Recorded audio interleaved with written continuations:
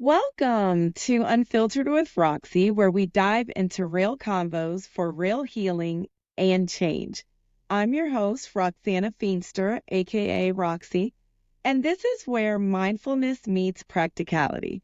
We're all about real talk that leads to real growth, healing, and the kind of change that sticks.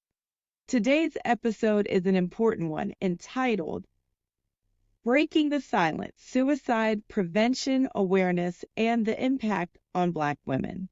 I'm honored to be joined by Montrella Cowan, CEO of Affinity Health Affairs, as we break down the stigma, discuss how suicide affects our communities, and focus on what we can do to change that. Together, we're going to dig into the ways Black women are disproportionately impacted and how we can show up for ourselves and each other. So whether you're tuning in to learn, heal, or support a loved one, this episode is for you. Let's get real, let's heal, and let's create meaningful change. I'm beyond excited to introduce a phenomenal guest today, someone who is literally crushing barriers in the mental health and wellness space.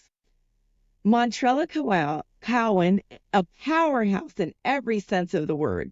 She is a mental health thought leader. She's a licensed psychotherapist, an independent clinical social worker, a professional speaker, and a best-selling author. She's a big deal, y'all. Montrella is an all-around survivor who knows firsthand what it means to overcome. Raised in the inner city projects of Brooklyn, she faced sexual abuse, teenage pregnancy, and poverty. But let me tell you, she didn't just survive. She turned her pain into purpose and has dedicated her life to helping others do the same. Montrella is the founder of Affinity Health Affairs, LLC, where she empowers men and women to break free from their past trauma and step into a healthy, vibrant future. She's a firm believer in the mantra, #truth over trauma. And today she's going to help us unpack what that really means. Whether she's serving individuals in her therapy practice, working with churches, corporations, and the government agencies on wellness and leadership development, or being a loving mom, Montrella brings wisdom, warmth, and resilience to everything she does. She truly is a light in this world. And oh, did I mention she loves dancing? So without further ado, please help me to welcome the one and only Montrella Cowan. Montrella, I'm so thrilled to have you on Unfiltered with Roxy podcast today.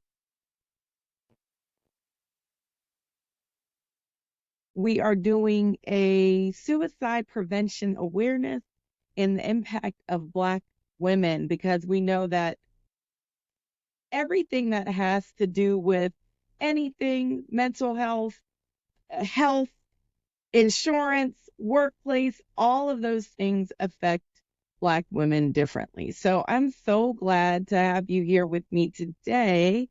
And I know you had a very long day, so I just wanted to give you a chance, though, to say a little bit of what you're working on. I know you're really busy, and that's why we pressed through to do the podcast tonight.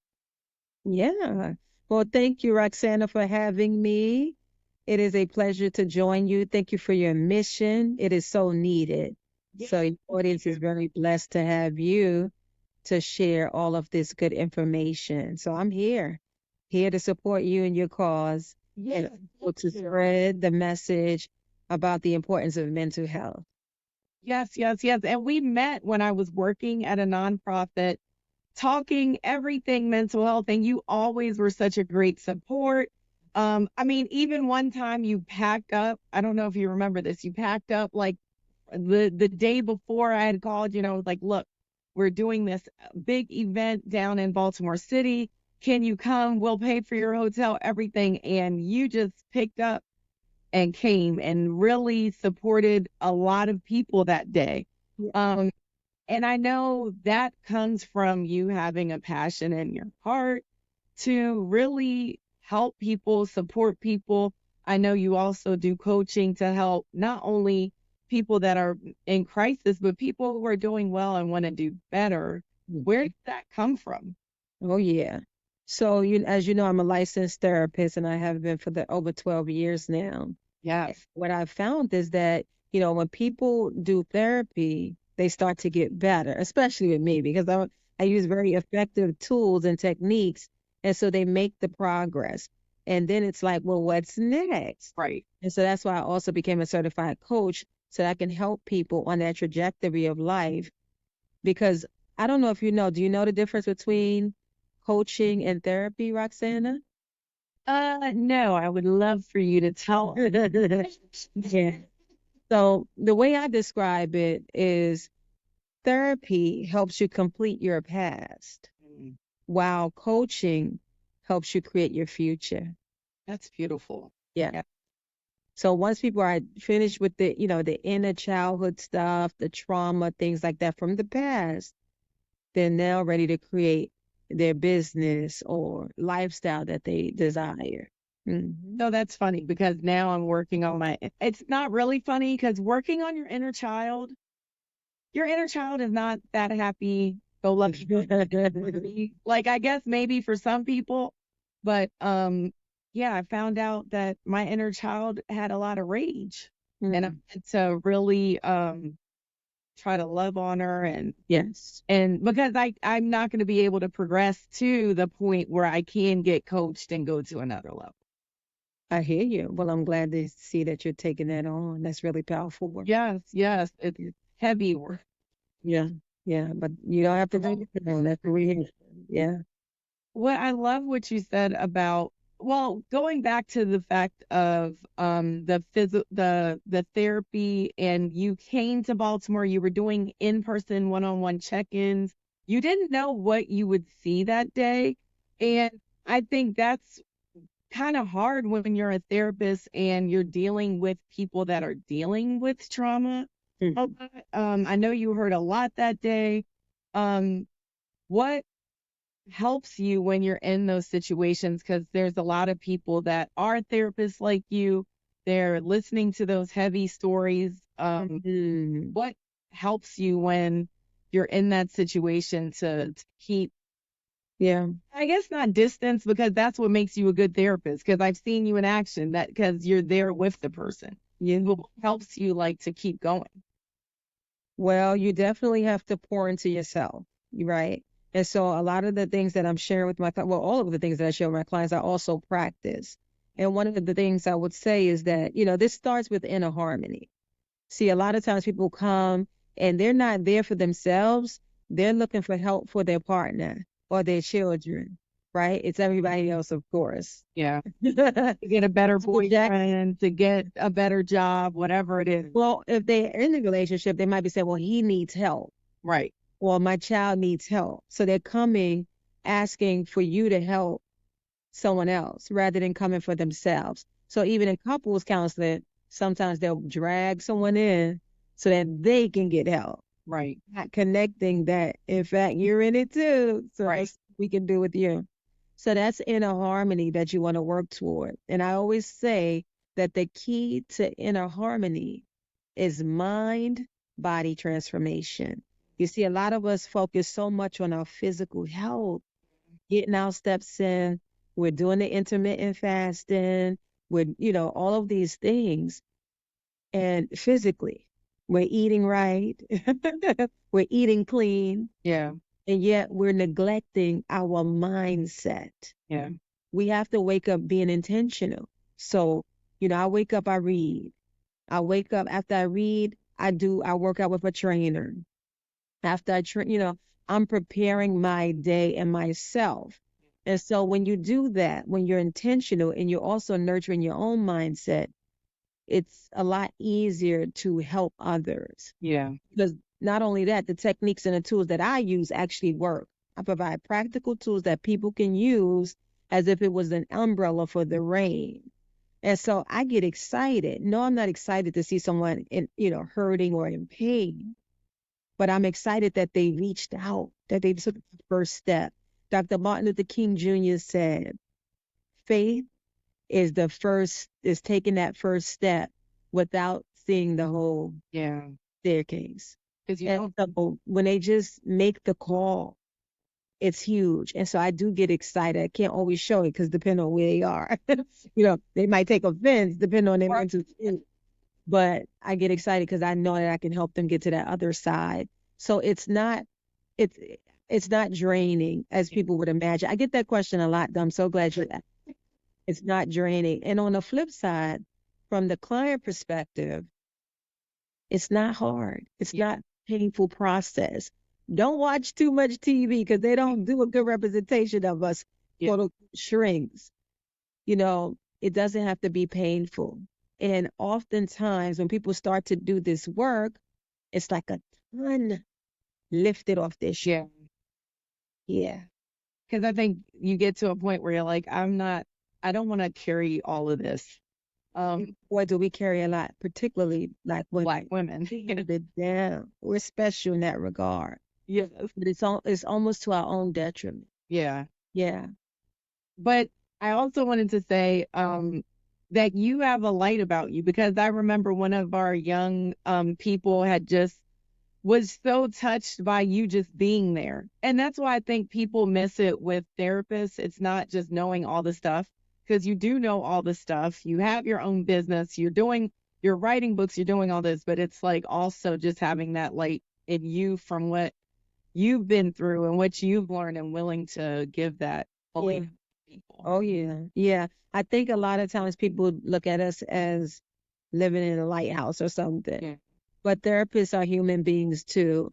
And that is one of the, number one feedback I get, whether it's through therapy or if I'm doing my speaking to audiences, they'll come up to me afterwards and they'll share, because they can relate to some of the trauma that I myself overcame. So it's not easy. I know that. But when we do the work, you can really start to have what I call a mighty mindset. Yeah. And a mighty mindset allows you to step into your greatness. We all have a divine purpose here on earth. I can't fulfill yours. You can't fulfill mine. But we have to be in full form and ready to do that.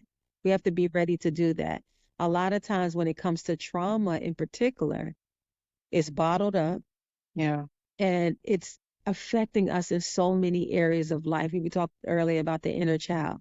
And if that is not healed, if your inner child is not healed, that will determine everything. It'll determine your relationships. It will determine your career, right? So we don't want to be living from the past.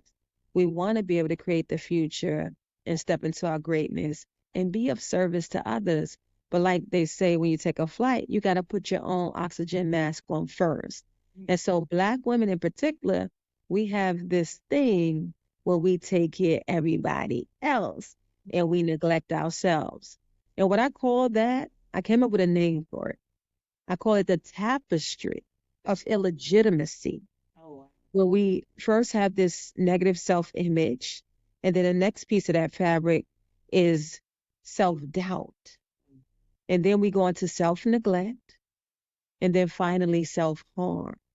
And I know that September is Suicide Prevention Awareness Month. Yeah. And so that could be a form of self-harm. Yeah. And a lot of this language, we associate certain things. So if we're not cutting, it's like, oh no, I'm not doing self-harm. But we can be overeating and causing self-harm, particularly if you have like diabetes or a chronic health issue, and we're doing all the things that we know that the doctor said don't do. Right. And then when it comes to suicide, again, neglecting our mental health plays a big part in that, because depression is a leading cause of a lot of chronic health issues and a lot of issues in general. And so 2/3 of those who actually committed suicide suffer from depression. Mm. Yeah. I call depression a silent killer. I actually contributed to an article in the Washington Post about it after Miss USA committed suicide. If we only look like what we've been through. Right. You see, a lot of us are walking around looking like $1 million with the pain well suited inside of us. Yeah. And all the we're just suffering in silence. Yeah. And so I'm here to help you.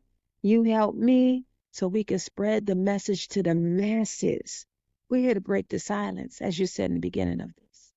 Yes, thank you so much. That you made the perfect segue. I was making notes about tapestry of illegitimacy, and then you just went right into our next our next segment, suicide prevention and awareness month. It's so important that we raise those kind of topics because they're kind of the cringy mental health topics where it's Yeah. like, oh, I don't want to ask someone if they're suicidal. I don't want to know if they're harming themselves. Mhm. If we're honest, that's really what it is because we'll ask people how they are and just keep it moving, you know. But also one of the highlights of the article that you wrote, you had put on a LinkedIn article. Yes. The CDC reported that the second leading cause of death for those 10 to 34 years old, Yeah. and the fourth leading cause among people ages 35 to 44. Yeah. The fifth leading cause among people 45 to 54. Like all the age groups that are Yeah. close to me, Yeah. I'm in 45 to 54. That's very alarming to Yeah. me. Suicide. Yeah. Yeah. And especially I Yeah. think about all the these ages like 10. You know, 10 is so young, and I've Yeah. heard even of 5-year-olds um succumbing to suicide. So Yeah. I know I have a personal story about suicide awareness, but I want you to share as a guest something that's touched you, that really affected your mindset and outlook about suicide awareness and prevention. Well, you touched on one of the things that I would love to hear, you share as well. I think it would be important for the audience because a lot of times, we're suffering in silence and we believe we're alone. Yeah. And so by us, speaking up today, we're sharing, and we're letting people know that you are not alone, ladies and gentlemen. And even being here and listening to this and joining us, it's not a coincidence. You are not alone. But one of the things you touched on with that data is our babies. Yeah. More and more youth are choosing suicide. Right. This is a thing where you get to a point where you don't feel like there's another choice to be made. And so, as parents, we know children don't do what we say. Yeah. They do what we do. So we have to take responsibility for that and save our children. Yeah, we have to save our children. So that's one of my main motivations. In 2018, I lost my firstborn to lupus. She was only 25 years young. And at the time, my grandbaby was 5 years young. And so what I learned from that experience is life is so uncertain. Yeah. And at the time is now. So we got to make the best of this and get our mindsets in good order so that we can do the work and save our children and live happy, healthy lives. Because you can have that no matter what you've been through, ladies and gentlemen. You can have a happy and healthy life. You can stop passing on tragedy and start creating legacy. I'll say that again. Stop passing on tragedy. Start creating legacy. That's so beautiful. So I want to dive in a little bit deeper to what you just said about stop passing the trauma. Do you mean like talking about the trauma all the time, or maybe repeating the same things that had happened to you that were a trauma, maybe being not a I don't know how to say that. Probably repeating parenting practices like beating, drinking, things to excess, like repeating the cycle. What That's what So what I mean exactly? by stop passing on tragedy, it would be doing the work, because again, a lot of people You know, they have all these ideas and suggestions for how somebody else can get better. Right. Yeah, They know all that. everybody else that needs help. You need this and you need that. And I always say, if you're grown, we don't need anything, Right. right? But it's different when I'm taking care of myself, I'm getting my mental health taken care of. Now they're watching. Right. And then they'll ask questions or they'll notice the change and they'll seek their own help because now I'm leading by example. So that's what I mean by stop passing on the tragedy. Yes, just like you're saying, choose healthier ways to cope. Yes. Put down the alcohol, put down the weed or the marijuana or whatever you want to call it. I know it's legal. But that don't mean, just because you can, don't mean you should. Yeah. Because that can be a gateway drug that leads to a lot of other addictions. So we have a lot of addictions. It's not just among the celebrities, which there's a lot of that. I don't know if you know, we just lost Richie Kwan. Oh no, I Richie didn't. Kwan, rapper Richie, yeah, 34 years young. And they're still trying to determine, but Oh, it's drugs. Oh my. yeah. Addiction is killing us. We lost Michael Jackson to that. We lost Whitney Houston to that. We lost Prince to that. We lost well, no, we didn't lose Robin Williams to that, but we lost Robin Williams to depression. To depression, and I was gonna circle back to that Yeah. people are trying to cope with depression, maybe cope with schizophrenia, maybe cope with bipolar through all these different drugs, maybe sex addiction, because we didn't even dive into the other thing, food addiction. Yeah. Yeah. Gambling, addiction. Yeah. Yeah. I get a lot of gambling, sex, like you said, porn addiction. Yeah. Yeah, there's a lot of different addictions. So that's one way we can, start to work on healthier ways to cope, and that's how we stop passing on the tragedy. See, there's a difference between psychology and pop culture. Yeah. And a lot of us are trying to Google our way out. Yeah. And that's just not going to be effective. Google is not customized Yeah. for you. And you can find it's actually the system, it's made a code to say what you want it to say too. So Oh. whatever you're Googling, you're basically coming back to thoughts, ideas that you already have curated into that search engine. Oh, wow. So you're getting something that's authentic to Right. you, or that's really going to be life changing, because sometimes it's already ideas that they know that you're going to agree with. Right. Yeah. It's important. Yeah. I know you talked about Chelsea Chris, you talked about Robin Williams, and just that whole piece about depression, and I think kind of just not being addressed and how it affects everyone, because really it's a everyone thing. But how do we see it in high functioning women like a Chelsea Chris? Right. Yeah. Or I think even, we don't know Whitney Houston, but I feel that she had went through things, and the drug problem was definitely from some kind of depression that was untreated. Well, absolutely. And Whitney's stories is particularly sad because look how our daughter went out. And that's what I mean about stop passing on the tragedy. Yeah. See, the young lady was exposed from a very early age.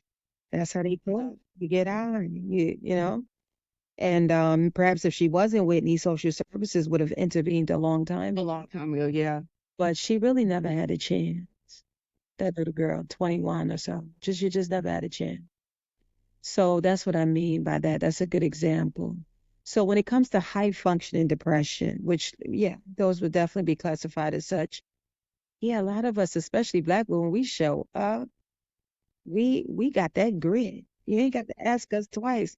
We have to work sometimes 2 and 3 harder than our counterparts, our white counterparts in particular. And so we can show up and be productive and have these high positions and make 6 figures or more and still be depressed. It's a sneaky little thing. That's why I call it the silent killer. So some of the ways in which you can recognize that when it comes to high functioning in particular, I would say would be career and business challenges or stressors. I would say things like the economy and inflation or financial struggles, right? Because especially if you're making a high income, but you still only have enough to pay your bills or may not even have that, it could be quite depressing and embarrassing. Right. So people are not speaking up. And it's interesting that you bring that up because as social workers, we're mandated to help those most vulnerable. So people in my field oftentimes go to children, which I'm not saying that's not important, and they'll go to like people in poverty. But I am especially interested in supporting working professionals. Yeah. Because people like Miss USA, you would think she has it all. And her job was to go around and smiling and charity and all of that. But there's a reason she jumped off 25 stories. She would have had to have a closed casket. Yeah. So all her life, they've been looking at her and saying how beautiful she was. And the way she took herself out, oh no, you won't be able to look at me again. So we go and we produce. And so we have to look for those signs. So those are some of the, issues that red flags other attempts. Maybe other family members who have, taken that approach and either tried suicide or successfully committed suicide. So those are some indicators. And especially in the workplace, there's a lot of bullying, actually. Yeah. It's a lot of bullying. Yeah. Yeah. That would be another indicator. And, the thing is, it's kind of, and domestic violence could be another one. We spoke about addiction. But with domestic violence, there's an amazing TED Talk. I think her name is Leslie. Her last name fails me. But she actually talks about how, it's just about telling someone. Right. That's how you really get out of that thing. Because what you'll notice is people in a domestic violence situation, it's a secret.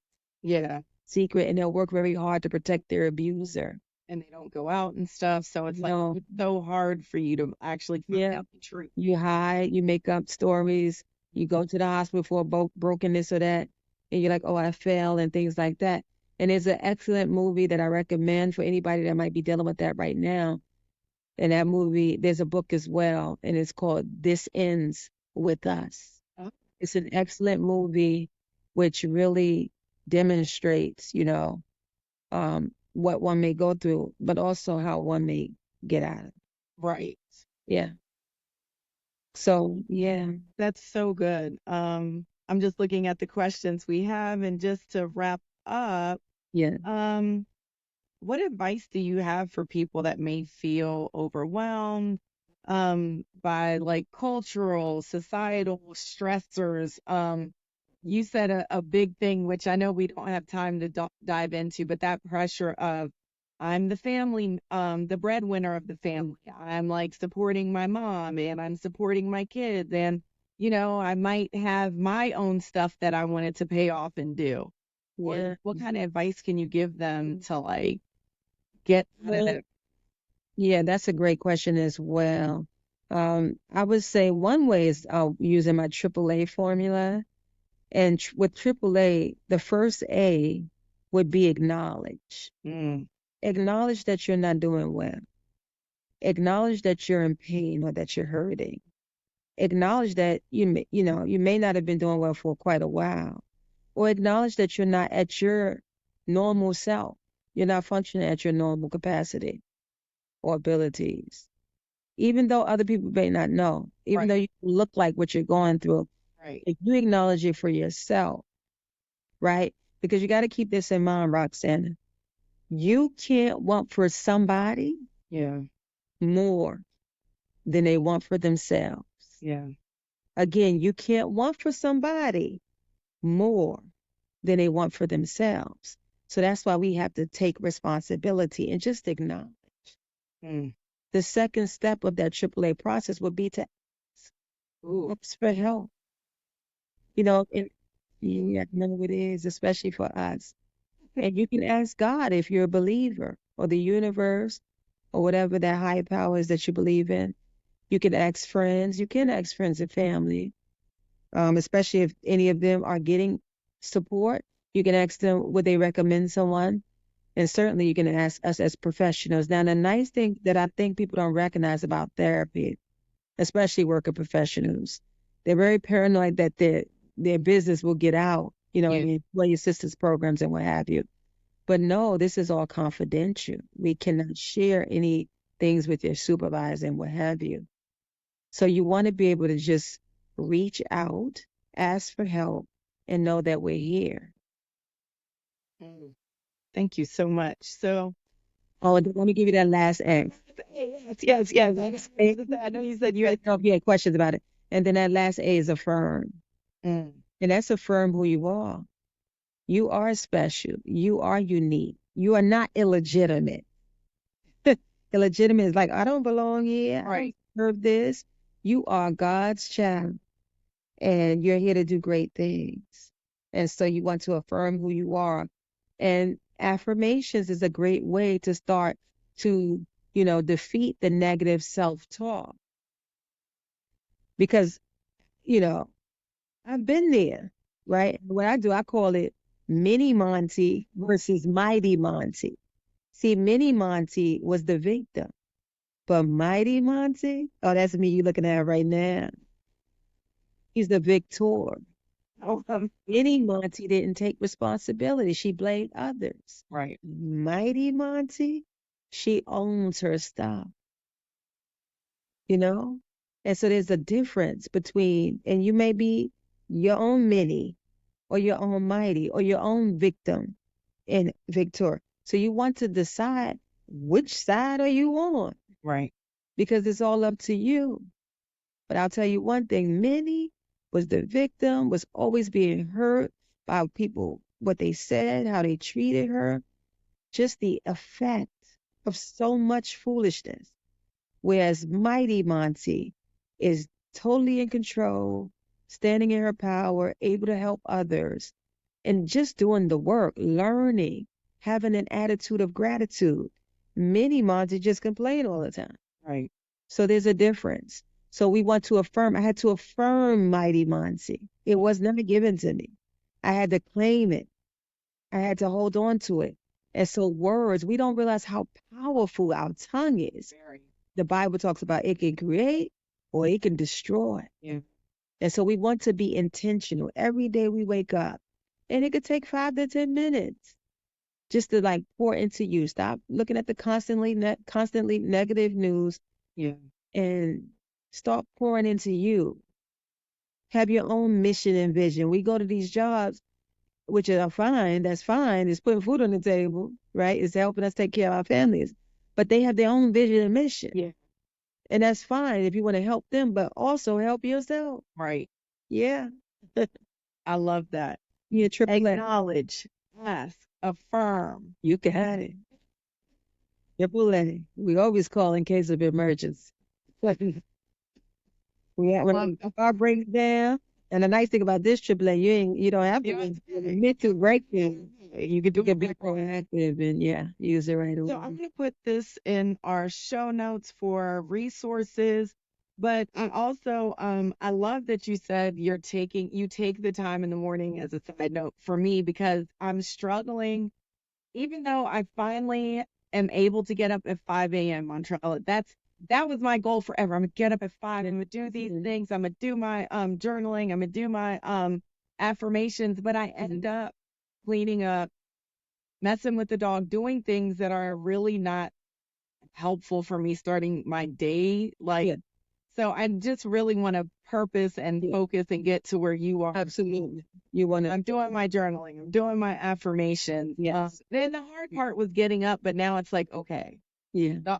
the next level is to do the hard work, which is what we're talking about. Even though it's not hard, it is hard, because it's like, Absolutely. Yeah. And it's like breaking habits and creating new habits.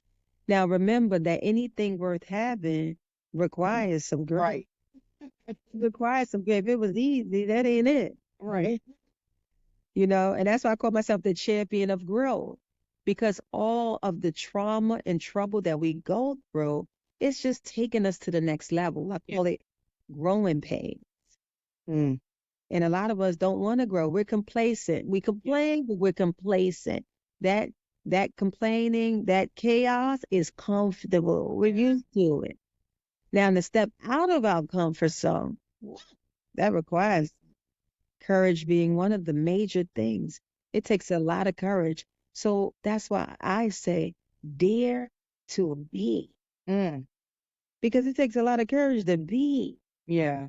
We're so busy comparing ourselves or trying to live up to somebody's expectations or trying to live down Right. somebody's expectations. Yeah. Mary Williamson said it best. Play it small. Yeah. I love that book. I just read her the what is it? Something The course.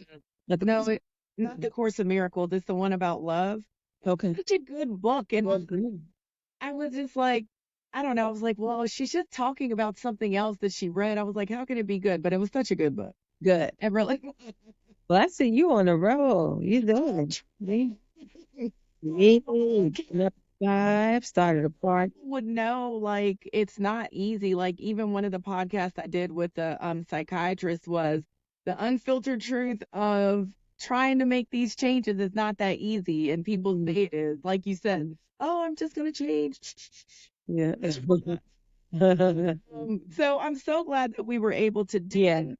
Yeah. You know, really my suicide awareness, resource, passion, my whole thing around that is my youngest son at 14 was going into ninth grade and had a mental health crisis. Oh, wow. Was not the same.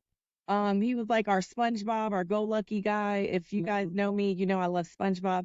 But Montrella, I know you're probably like not a SpongeBob person. SpongeBob is the happy-go-lucky, and then Squidward is like the I hate life is terrible. Okay. That was him times 100. Mhm. And then I found out in the process of us getting him therapy Mhm. and trying to get him help that he had tried to commit suicide. Wow. That he actually had an attempt and I didn't know. Oh, wow. And we were close. I would talk to him every day, ask him. So he and I both became advocates around mental health. I've worked for Black Mental Health Alliance, and I'll put all that information in the show notes. But even worked on 988 suicide prevention hotline and making sure that it was culturally affirming for everyone to feel comfortable calling in. Like what you were saying, no one's going to tell that you called in. And the great thing about 988, they're doing so much promotion around for young people, for LGBTQ youth, just so they can make sure they know that that help is there. They have a therapist, even, I don't know if you know this, that four sessions I think are free that they'll come out to you. Yes. So I just want yeah, resources are available for sure. We just got to totally think different. So any takeaways while we're about to shoot out? Yeah, I would say again, thank you. Thank you for your service to our community. God knows it's so needed, and I just appreciate you and all that you do. I did not know about that with your son, and so I thank you, both of you, for doing the work and becoming advocates.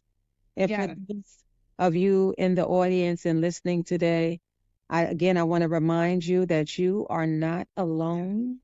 And as Dr. King says, have the faith and take the first step, even without seeing the entire staircase.